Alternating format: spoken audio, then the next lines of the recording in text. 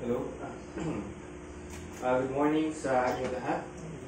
At salamat sa Panginoon at nakaabot na tayo dito sa pinakahuling punto ng ating pag-aaral patungkol sa the five solas of Reformation. Kung ating babalikan yung ating mga natutunan ng mga nakaraang linggo, tutunan natin na ang kaligtasan, ang ating katayuan na walang sala sa harap ng Diyos ay isang pagpapahayag ng kanyang biyaya lamang. Ito ay isang libreng regalo mula sa Diyos at hindi ito karapat-dapat para sa atin. Yan yung ating natutunan sa Sola Gratia. Natutunan natin na tayo ay napawalang sala sa harap ng Diyos nang dahil sa persona at ginawa ni Kristo lamang at wala ng iba pa. Yan yung ating natutunan sa Solus Christus. Ganoon din naman ay natutunan natin na ang ating kaligtasan ay sa pamamagitan lamang ng pananampalataya. Hindi ito makukuha ng buuman o bahagya sa anumang ginagawa natin. Ito ay matatamo lamang sa pamamagitan ng pagtitiwala sa natapos na gawain ni Kristo bilang kabayaran sa ating kasalanan. Kabayaran na tumanggap sa paghatol na Diyos na nararapat sa ating kasalanan. At yan yung ating tutunan sa Sola Fide. At ang lahat ng ito ay sinabi ng direkta at may otoridad mula sa banal na kasulatan. Ang nahayag, hindi nagkakamali na salita ng Diyos, walang iba kundi ang Biblia. Bagamat malinaw na mayroong iba pang otoridad sa ating buhay at ang Biblia mismo ay nagpapakilala ng ilan sa mga ito, wala sa kanila ang nakakataas pa sa salita ng Diyos. Tiyak na walang otoridad ng simbahan na higit pa sa Biblia. Ang Biblia lamang ang ating direkta at pangwakas, hindi nagkakamali na pinagmumulan ng otoridad. At yan yung ating tutunan sa Sola Scriptura. At ang lahat ng ito ay nagdadala sa atin sa pinakahuling punto ng five solas of Reformation. Ang huling sola na kung saan sa kaluwalhatian ng Diyos lamang o sa Latin word nito na Soli Deo Gloria. At para sa ating text sa 3 linggo na ito ay basahin natin ang Romans chapter 11 verse 36.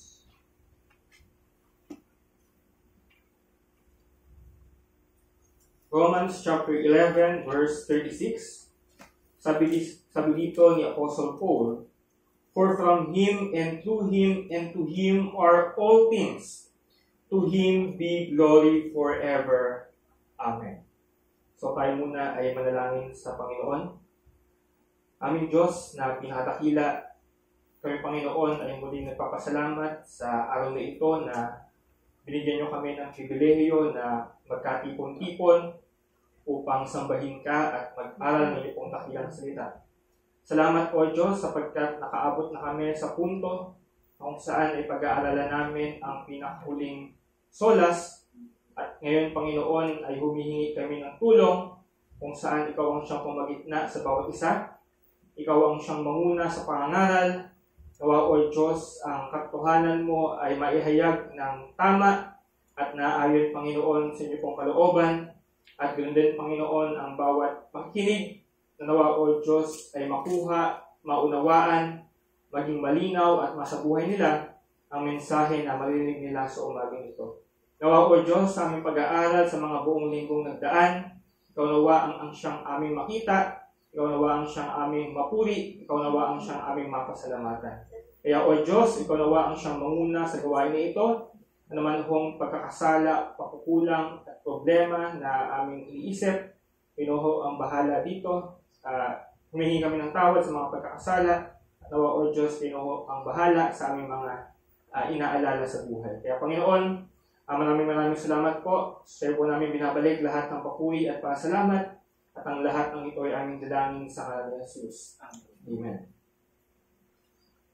So, the glory of God. So kung ikaw ay minsan na rin uma-attend sa iglesia, o marahil ikaw na rin ay lumaki na dito sa iglesia, malamang na nakarinig ka rin ng mga maraming references patungkol sa kaluwalhatian ng Diyos. Marahil ito ay kinakanta mo, Naririnig ang mga sermon kung saan ito ay binabanggit at maaaring isinasama mo pa ito sa iyong panalangin na nawa ang Diyos ay maluwalhati o nawa siya ay ma-glorify. Ngunit, ano nga ba talaga ang ibig sabihin ng kaluwalhatian ng Diyos? Well, napakahirap i-define ang kaluwalhatian ng Diyos sapagkat yung salitang glory ay ginagamit sa scripture sa iba't ibang paraan. Kung minsan ginagamit ito as a noun, ginagamit ito as an adjective, at ginagamit din ito as a verb. Kaya naman, one of the difficulties in defining the nature of God's glory lies in the fact that there are more than a dozen Hebrew words that are used in the Old Testament for that one English word.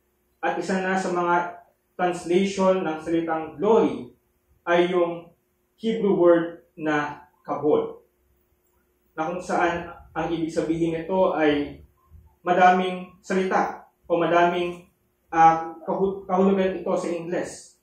Nandiyan na yung splendor, brightness, dignity, beauty, adornment, excellence, abundance, worth, honor, importance, and acclaim. Kaya naman yung konsepto ng glory o yung kaluwalhatian ay sadyang napakalawak. Subalit sa New Testament, lahat ng mga salitang ito ay pinagsama-sama sa isang salita, kung saan ito ay tinawag na doxa sa Greek word, nang ibig sabihin ay the intrinsic worth or value of God. Doxa, the intrinsic worth or value of God. Kaya naman dinefine ng mga theologian ang glory of God sa ganitong kapahayagan. The glory of God is the radiance of His manifold perfections, which He displays in His creative and redemptive acts in order to make His glory known to those in His presence. It is the sum of all that He is. It is that character of God which separates Him from all else. O sa Tagalog, ang kaluwalhatian ng Diyos ay ang ningning ng kanyang sari-saring mga kasakdalan na ipinakita niya sa kanyang paglikha at pagliligtas upang maipakilala ang kanyang kaluwalhatian sa mga nasa kanyang presensya. Ito ang kabuuan ng lahat ng siya. Ang katangingang iyon ng Diyos ang naghihiwalay sa kanya sa lahat ng mga nalikha. Kaya naman ito yung ating pag-uusapan ngayon, ang kaluwalhatian ng Diyos. Pero bago natin pag-usapan ang disenyo ng Diyos sa pagliligtas sa atin, gaya na nabanggit ni Apostle Paul sa chapter ng Romans 11, mainam na magsimula muna tayong pag-aralan ang disenyo o layunin ng Diyos sa pagkakalikha niya sa lahat ng bagay. Siyempre, including us, human beings. All things in God's creation ay galing sa Kanya at nilikha niya, being sustained by His power and for His glory alone. Kaya naman sa ating pag-aaral sa buong linggong magdadaan, ay magkakaroon tayo ng 3 punto. At ang pinakaunang punto na ating pag-aaralan sa umagang ito ay ang point number 1. All of creation for God's glory. All of creation for God's glory. Lahat ng nalikha ay para sa kaluwalhatian ng Diyos. Letter A. All of creation is made for the glory of God. All of creation is made for the glory of God. At kung ating titingnan, ano ba yung nilikha ng ating Panginoong Diyos? Well, mabasa natin yan sa pinakaunang verse sa Bible. Like for example, sa Genesis chapter 1, verse 1. Pakibasa ito, Brother Josh Tumandon. Genesis 1:1, in the beginning, God created heavens and earth. Ayan. So, mahalaga na magsimula muna tayo dito. Kasi kung minsan, we usually think of creation as made for us. Na kung saan parang lagi natin na ibubukang bibig na kaya ginawa ng ating Panginoong Diyos ang lahat ng kanyang mga nilikha ay para sa atin. Yun yung kadalasang naririnig natin. Pero, yan ay naman talaga ay totoo. Pero hindi ito yung buong katotohanan na sinasabi ng Biblia. Kasi nga naman, yes, napapakinabangan natin ang init ng araw, ang tubig galing sa ulan, sa dagat, mga hayop na nakakain natin, mga bunga ng puno na nakakain natin. Yan ay talaga namang tunay na ating napapakinabangan. Pero napakaraming bagay sa nilikha ng Diyos, like the billions of other stars and galaxies, and the tiniest creatures sa lupa man o sa dagat, ang wala naman talagang benefit sa atin. At yung ganyang realization ay nagtuturo sa atin ultimately na ang lahat ng bagay ay nilikha ng Diyos at para sa Diyos at para sa kanyang kapulihan. For good reason, kaya naman nagsimula ang Biblia sa 4 na salitang ito. In the beginning, God. This story is not about us. Ang bida sa Biblia ay hindi tayong mga tao, kundi ang bida ng Biblia, ang kwento ng Biblia, walang iba kundi ang Diyos. It is not about us. Ang kadalasang gusto kasi natin, tayo dapat yung bida. Pero in fact, hindi naman natin kayang gumawa ng mga stars, galaxies, sa pamamagitan lamang ng ating mga salita. Pero ang Diyos, siya lang ang nakagawa nun. At siya lang talaga ang makakagawa nun. Kaya naman ang ating Panginoong Diyos, nararapat lang na siya ang ating pulihin. Kapag tumingin tayo sa likha ng Diyos, nagsisilbi itong salamin o reflection ng kanyang kadakilaan. Ito yung na-realize ng mga awit sa Psalm chapter 19 verse 1. Sabi niya doon, the heavens declare the glory of God, and the sky above proclaims His handiwork. So nakita ng mga awit nito kung gaano kapangyarihan, kadakila, katalino ang ating Panginoong Diyos sa pamamagitan ng nilikha niya. Ang kagandahan ng nilikha niya ay nagpapatunay ng kanyang kadakilaan. At din mismo sa Genesis chapter 1, mapapansin natin, every day na natapos ang ating Panginoon Diyos sa kanyang creation, sinasabi niya, it was good. At sa pinaka-last day ng kanyang creation, sa 1:31, He had saw everything that He had made, and behold, it was very good. Kaya naman yung nilikha ng Diyos, yung all creation ng Diyos, the whole earth, gaya ng sinasabi ni Isaiah, is full of His glory. Sapagkat ang lahat na nakikita natin ay refleksyon ng kadakilaan ng ating Panginoong Diyos at siya mismo ang may likha nun.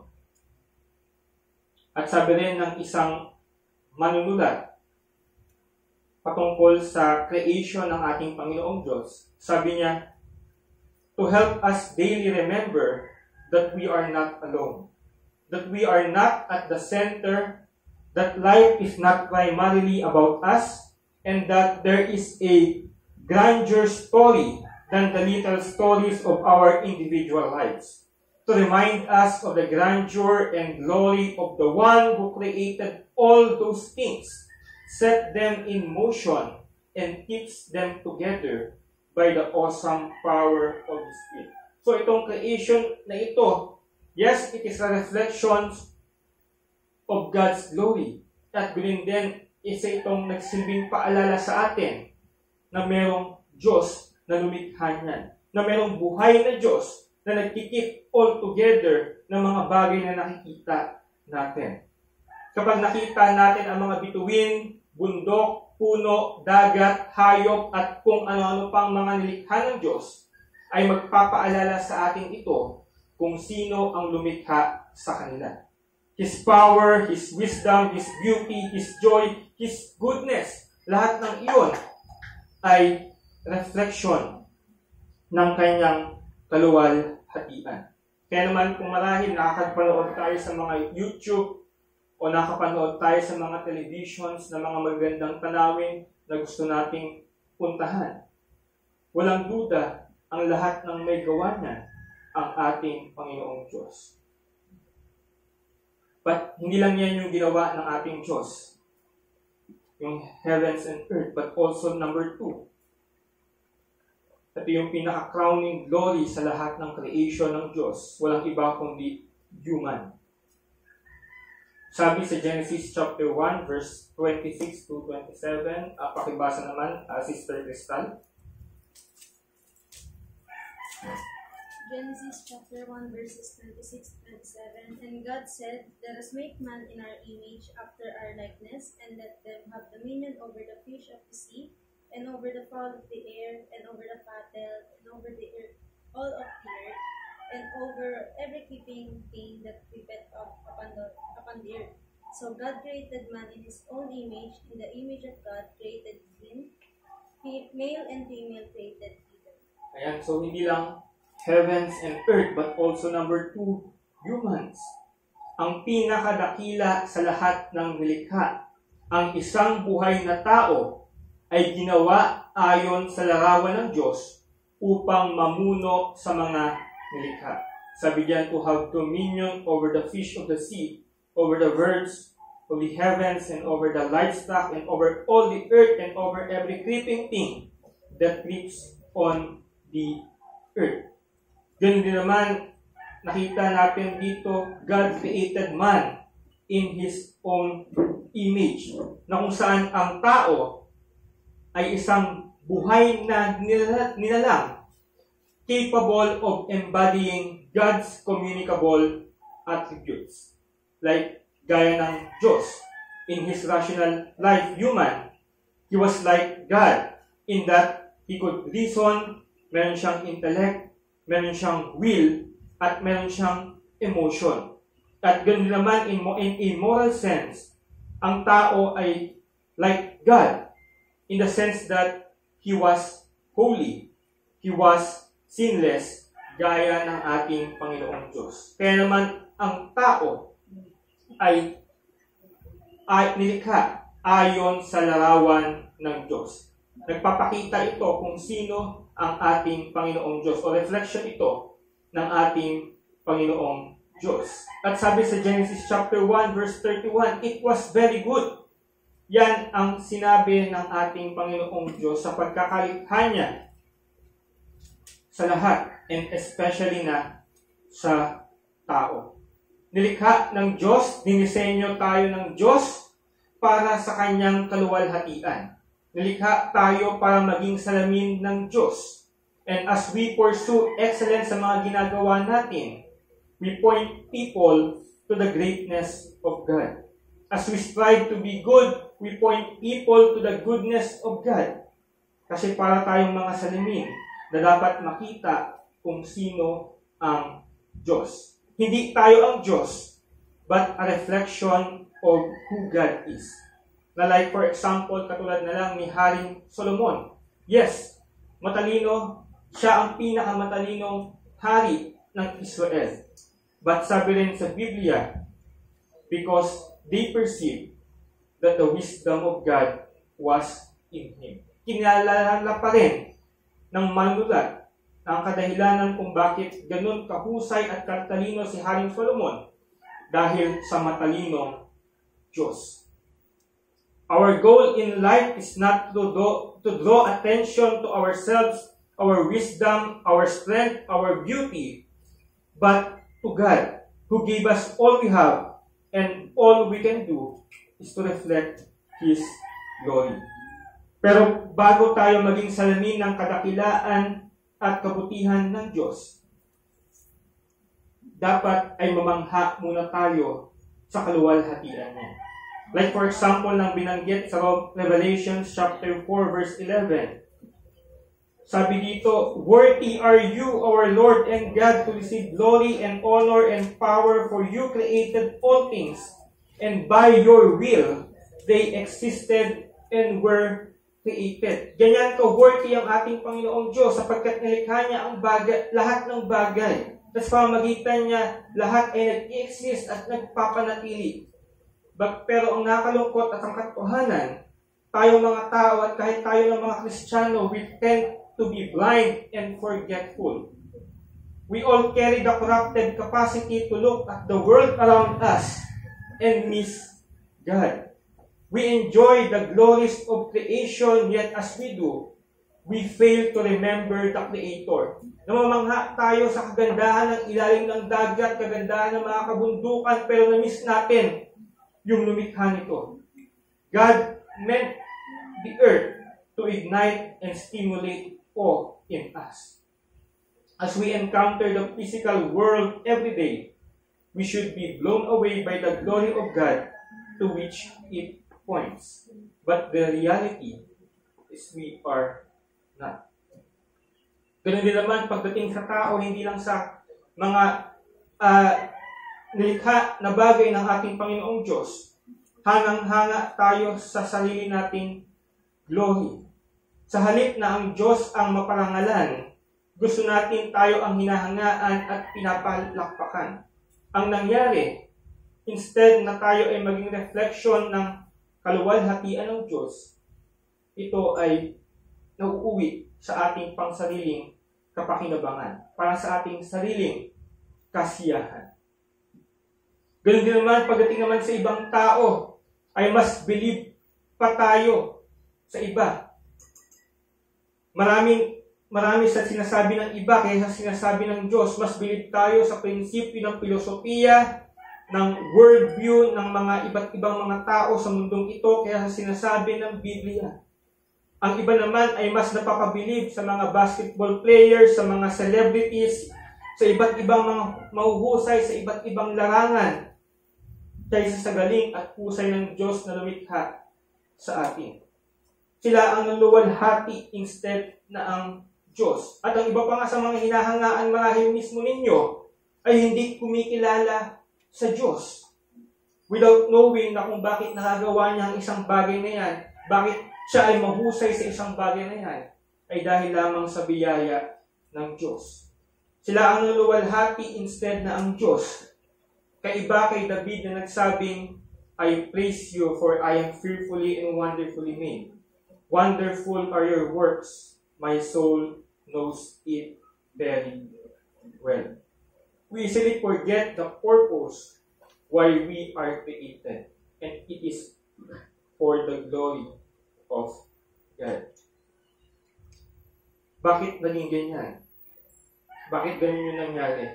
Instead na dapat iluwalhati natin ang ating Panginoong Diyos, ang nagagawa natin ay iluwalhati ang ating mga sarili at ang ibang tao. Why?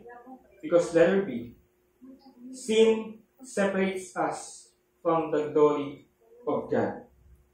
Sin separates us from the glory of God.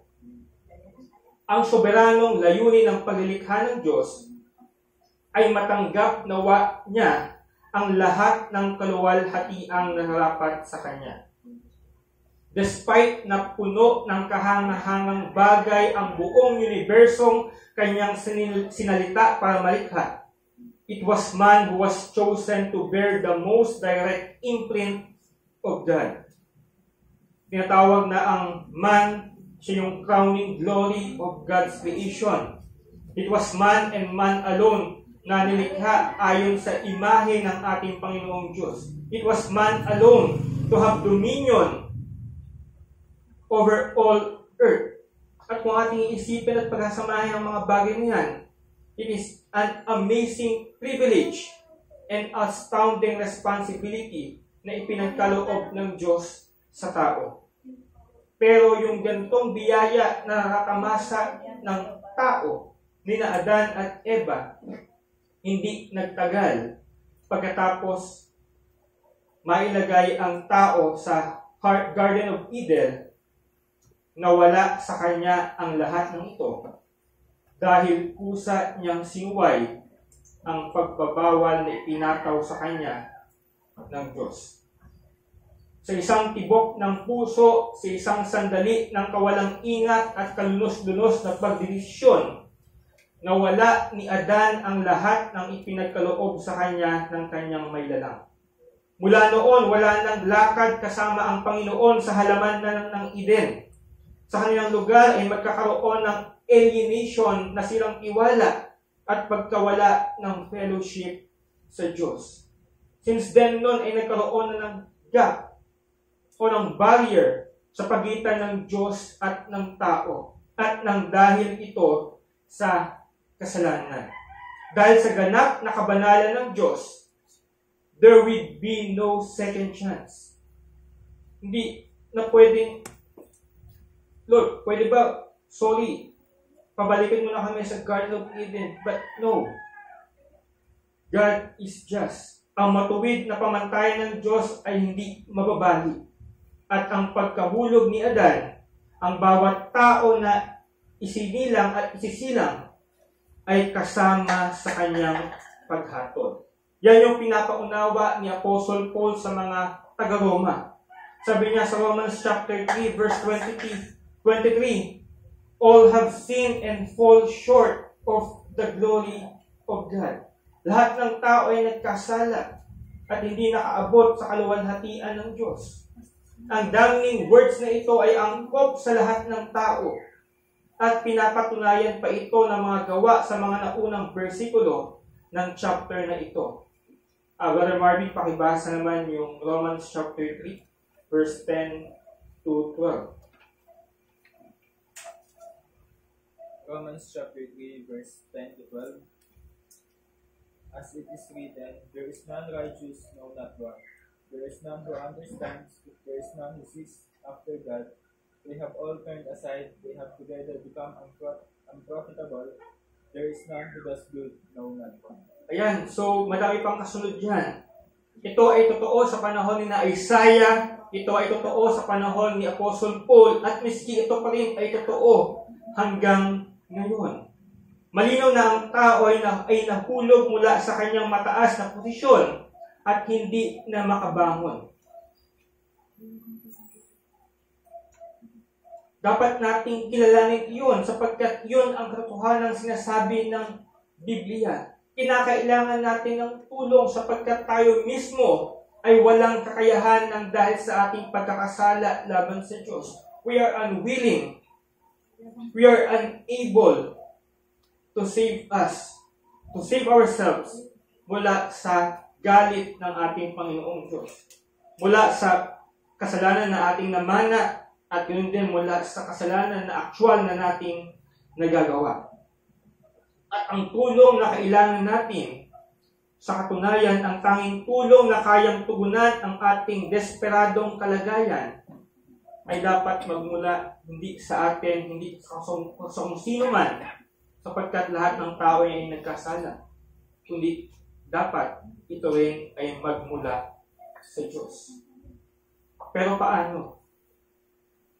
Ito ang tanong na nagpahirap kay Martin Luther sa loob ng maraming taon. Sinubukan niyang gumawa ng napakadaming mabubuting bagay at natuklasan niya na hindi ito sasapat para patahimikin ang kanyang konsensya sa Diyos. Sinubukan niya ang paraan ng pagkumpisal araw-araw, madalas sa loob ng maraming oras na kahit yung mismong pari na pinagkukumpisalan niya ay napapagod na at ayaw na. Ngunit kahit gaano pa siya magtapat, ay hindi niya naramdamang napawalang sala siya. Lagi niyang sinasabi na parang palagi akong dapat may confess. Meron pa rin akong may confess sa dami ng pagkakasala na aking nagagawa na iisip. Walang anumang kapayapaan sa kaluluwa ng taong ito na napaka-relihiyoso. Hanggang sa wakas, napagtanto niya na the only solution sa problema nating sa kasalanan para maibalik tayo sa relasyon sa Diyos at sa disenyo niya sa pagkakalikha sa atin ay walang iba kundi ang ating Panginoong Jesucristo. Kaya naman, for the last subpoint, all creation is made for the glory of God. Letter B, sin separates us from the glory of God. And letter C, Jesus Christ reveals the glory of God. Because He Himself is the glory of God revealed to us. Sister Maybelline, pakibasa naman ang Colossians chapter 1, verse 15 to 16.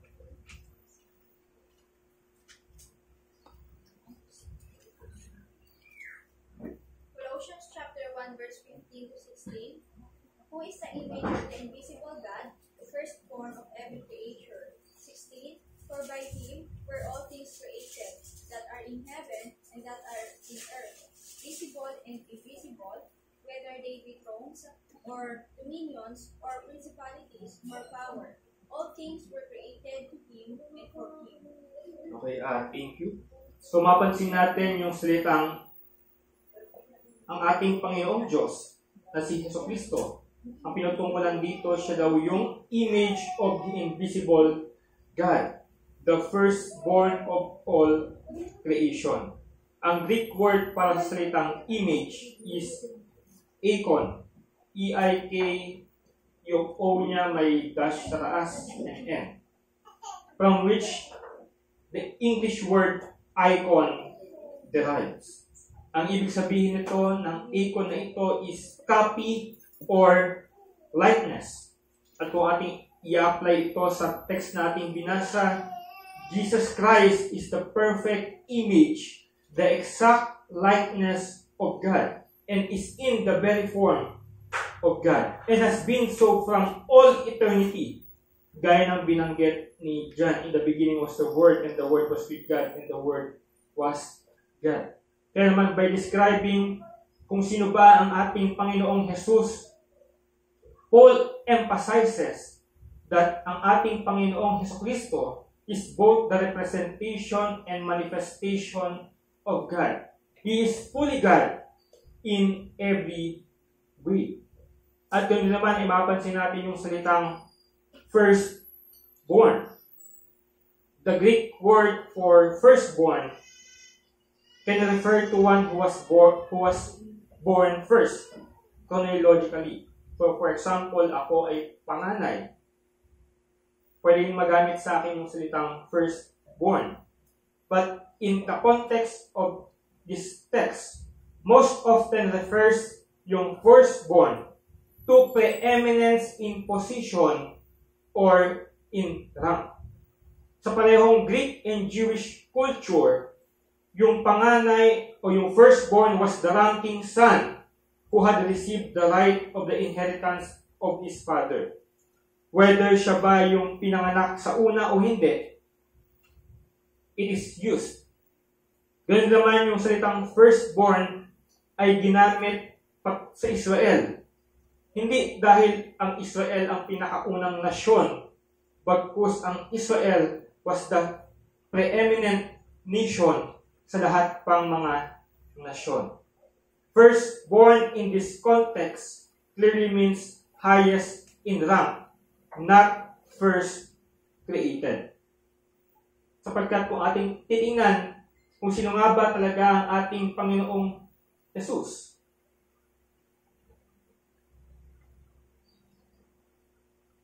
ay kahit mismo si Apostle Paul ay nire-refute niya ang mga bulaang propeta na si Kristo ay hindi Diyos. Ganun naman, it is impossible para kay Kristo na maging created sapagkat siya rin mismo ay ang siyang creator. Thus, Jesus is the firstborn in the sense that He has the preeminence and possesses the right of inheritance over all creation. He existed before the creation and is exalted in rank above it. Sa madaling salita, siyang ating Panginoong Jesus ay kaiba at nakahigit sa lahat ng mga nilikha. And as God, at based sa ating text na nabasa, Jesus created the material and spiritual universe for the pleasure of His glory. na kung saan nabanggit dyan, for by Him all things were created in heaven and in earth, visible and invisible, whether thrones or dominions or rulers or authorities, all things were created through Him and for Him. Kaya, bali na agad yung paliwanag na si Kristo daw ay nilikha sa pamagitan lamang ng verse 16 din na ito. Then naman sa Hebrews chapter 1, verse 2 to 3. Pakibasa naman, Brother Marcus.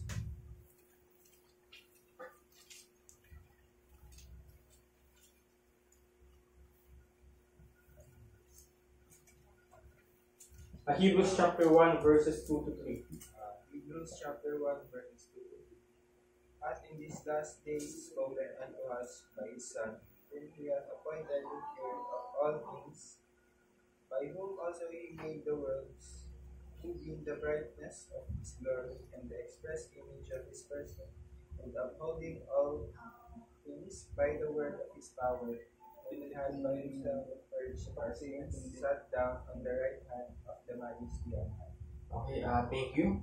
So dito ay nakita natin ang ating Panginoong Hesukristo, the Son, the Word, the Logos, is the perfect imprint, the exact representation of the nature and essence of God in time and space. Pero marahil ma-question natin, paano ito naging posible at totoo patungkol sa kaluwalhatian ng Diyos?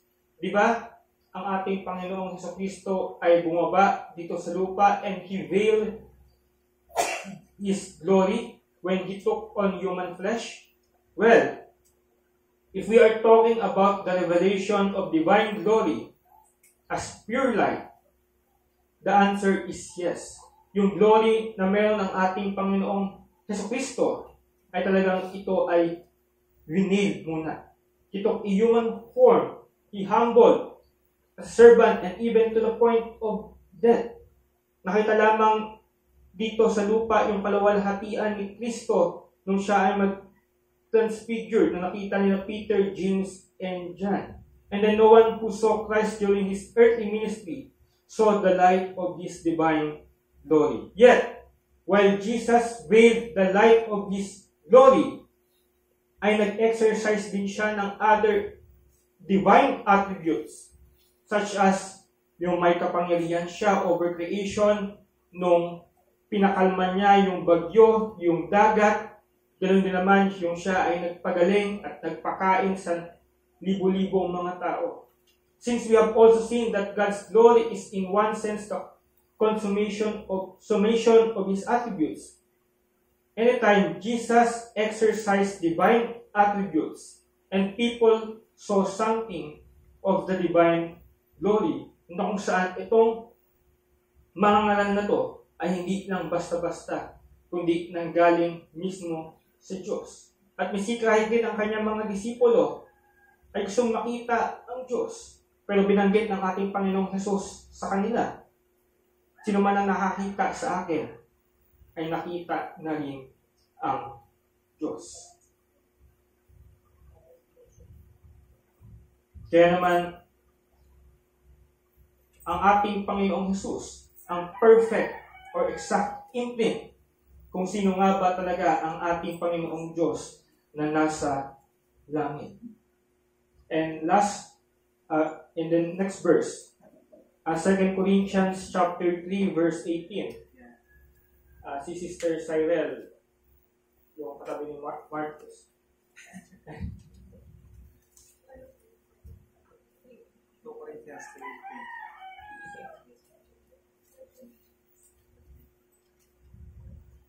2 Corinthians chapter 3, verse 18. But we all with open face beholding as in a glass the glory of the Lord are changed into the same image from the glory to glory, given us by the Spirit of the Lord.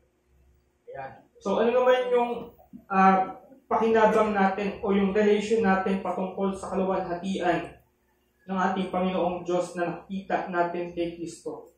And it is ang pinabanggit dito sa verse na ito is patungkol sa ating paglago bilang mga Kristiyano.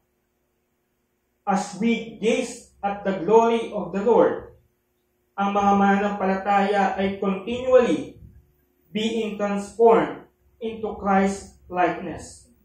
The ultimate goal ng isang mananampalataya ay maging kawangis ng ating Panginoong Hesukristo.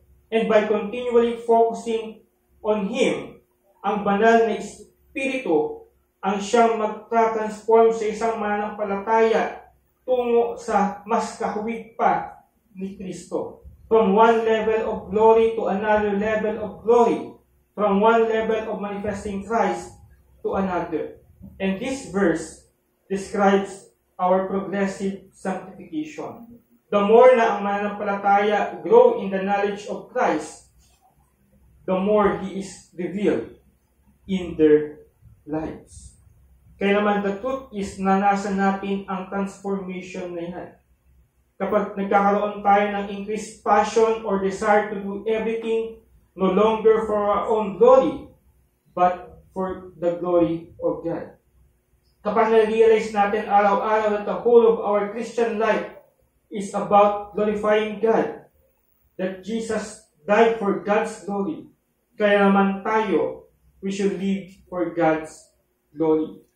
Yan ang sinabi ni Apostle Paul sa mga taga-Korinto, whether you eat or whether you drink or whatever you do, ano man yan, sports, vacation, kung ano-ano, family, business, work, anything, do all to the glory of God. Doing good work should draw attention not to our goodness, but the glory of God. Like what Jesus said, let your light so shine before others, so that they may see your good works and give glory to your Father who is in heaven. Serving God through the church for His glory, in order that in everything God may be glorified through Jesus Christ. To Him be glory and dominion forever and ever. We fight sin, including sexual sins, and pursue purity for His glory. For you were bought with a price, so glorify God in your body. Even our sufferings as Christians as for His glory, that Christ will be honored in my body, whether by life or by death. At sabi pa dito ng isang manunulat, I was wired for awe of God. No other awe satisfies the soul. No other awe can give my heart the peace, rest, and security that it seeks. Like me, you need to spend more time gazing upon the awesome beauty of your Lord, so that your heart will remember, and in remembering, be rescued. Spend more time gazing upon the awesome beauty of our Lord. Not your awesome beauty kaka-selfie. Not your awesome beauty of others sa Instagram, Facebook, sport, or movies. But the awesome beauty of our Lord. Siya naman talaga yung talagang napaka-fairest sa lahat. Yes, we should spend longer time looking at His creation and see the beauty of our Creator. But we should also spend longer time with His Word. Spend longer time remembering the gospel. Spend longer time looking at the body and blood of Jesus given for us as we celebrate the Lord's Supper together with our church family. So that sino man ang nangailangan, anuman ang pinagdadaanan, your heart will remember, and in remembering, be rescued. Kaya naman, ang lahat ng nilikha ng ating Panginoong Diyos, heavens and earth, humans, ay para sa Kanyang kaluwalhatian. Nakita natin kung ano yung naging problema dahil sa kasalanan. Pero dahil sa pag-ibig ng ating Panginoong Diyos, ipinadala niya ang ating Panginoong Jesucristo nang sa gayon na tayo na minard ang image of God ay maiayos at maibalik at ma-reconcile sa ating Panginoong Diyos na lumikha sa atin. Next Sunday, ipag-uusapan naman natin, all of our salvation is for God's glory. And before we proceed sa question and answer, tayo muna ay manalangin sa Diyos. Aming Panginoong Diyos na pinakadakila sa lahat, kayo po ang Diyos na maluwalhati na siyang may dalang ng lahat. Kahanga-hanga, napakaganda ang lahat ng ito sapagkat ikaw ang Diyos na perpekto, ikaw ang Diyos na matalino, ikaw ang Diyos na mahusay, ikaw ang Diyos na makapangyarihan. Salamat po Diyos sa katotohanan mo na patuloy na naipaalala sa amin kung gaano ka kadakila, kung gaano ka kahigit, kung gaano ka kahusay, at kung gaano ka katapat. Salamat Panginoon sa katotohanan na ito na patuloy naming nasasaliwa. Yun din nawa Panginoon ay huwag naming makaligtaan, huwag mawala sa aming isipan na ang siyang lahat ng bagay ay napapanatili ng dahil sa iyo. Salamat, Panginoon, sa iyong biyaya despite na kami, Panginoon, ay makasalanan. Nandiyan ang iyong awa na saliwa na namin natatanggap bawat araw na nagdadaan sa aming buhay. Kaya, Panginoon, maraming salamat po sa biyayang ito na patuloy po namin na-enjoy. At nawa, O Diyos, ay panalangin ko sa mga natitira pang linggo na kung saan ay pag-aaralan namin ang topic na ito. Nawa, O Diyos, ay patuloy mo kaming gabayan at pagpalain ng kaalaman at humihingi ng tulong na ang katotohanan na ito ay huwag ho namin kalimutan. Bagkus, Panginoon, ay tayuan na namin hanggat kami ba, Panginoon, ay mabubuhay dito sa lupa. Kaya, Panginoon, maraming salamat po at patawad sa mga pagkukulang at pagkakasala na aming nagagawa. Ang lahat ng kapurihan ay sa iyo po namin binabalik sa ngalan ng iyong anak na si Jesus. Amen. So, any